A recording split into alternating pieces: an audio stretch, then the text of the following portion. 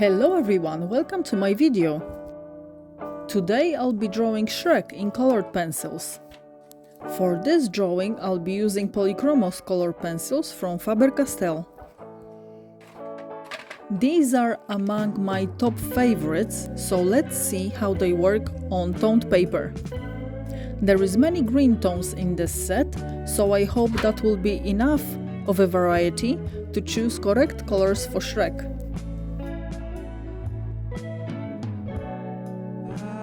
This is part 2 of the series, where I compare different color pencil brands. As I said in part 1, the approach is gonna be very similar across all 4 parts.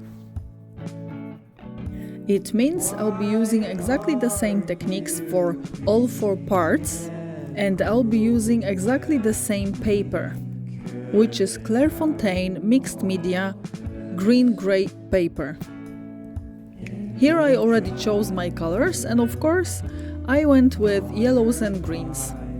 This set proved that there is so many different shades I can use, which are just perfect for drawing Shrek. It doesn't only consist of very pigmented, highly saturated colors, but there is also many muted colors.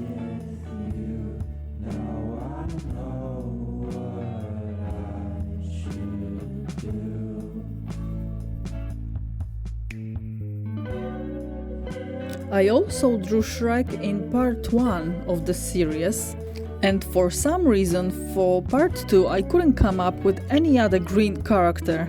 So for this part 2 I'll also stick with Shrek, just with different face expression.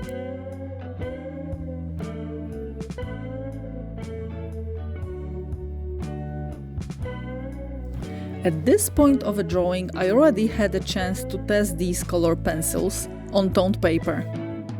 And I can say that they present a bit of a challenge to cover the color of the paper.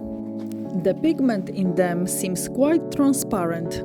In the past I only used Polychromos on white paper, and I was always pretty happy with how they worked. These pencils are perfect for layering, and you can achieve many different colors and shades this way. However, using them now on toned paper, I'm getting a little bit worried, because they do not cover the paper so well, so I'm not sure where this experiment is gonna take me. Again, some pigments were covering the paper much better than the others, exactly like in case of Derwent Chroma Flow from first part of this video. I noticed that light colors, especially yellows, are much more visible on this paper. And most probably it is because of the contrast. Of course, green pencils and green pigments are not gonna be as visible on green paper. Here I'm adding some very light pink beige into nose, cheeks and ears. And I added some of this really beautiful pink salmon color into nose and cheeks. On the reference photo I chose this time, Shrek had brown eyes. So this eye color matched what we all saw in the movie. If you remember from the first part of this video series, my first Shrek had blue eyes, so that was quite strange.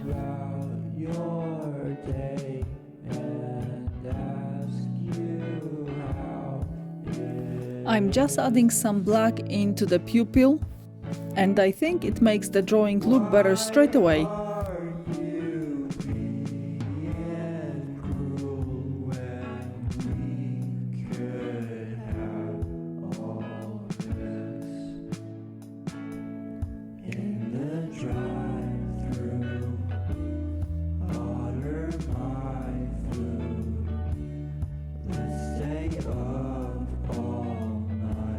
At some point I had to start pushing the pencils pretty hard to get the pigment down on the page. I was getting worried that I will not be able to add any more layers, because I added so many of them already. In some places of this drawing I'm sure I've added about 4 or 5 layers. So the surface was already getting slippery and very shiny. However, to my surprise, Polychromos didn't have any problems if I wanted to add another layer on top of already existing ones. As I already said so many times before, these pencils are perfect for layering.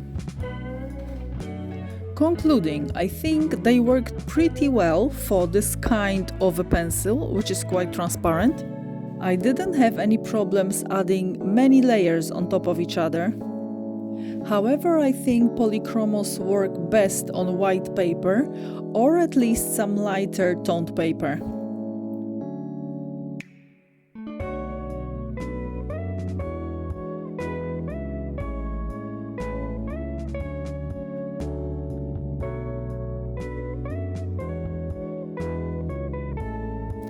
And here is the finished piece. Let me know in the comments below what you think about it, and thanks a lot for watching. Bye!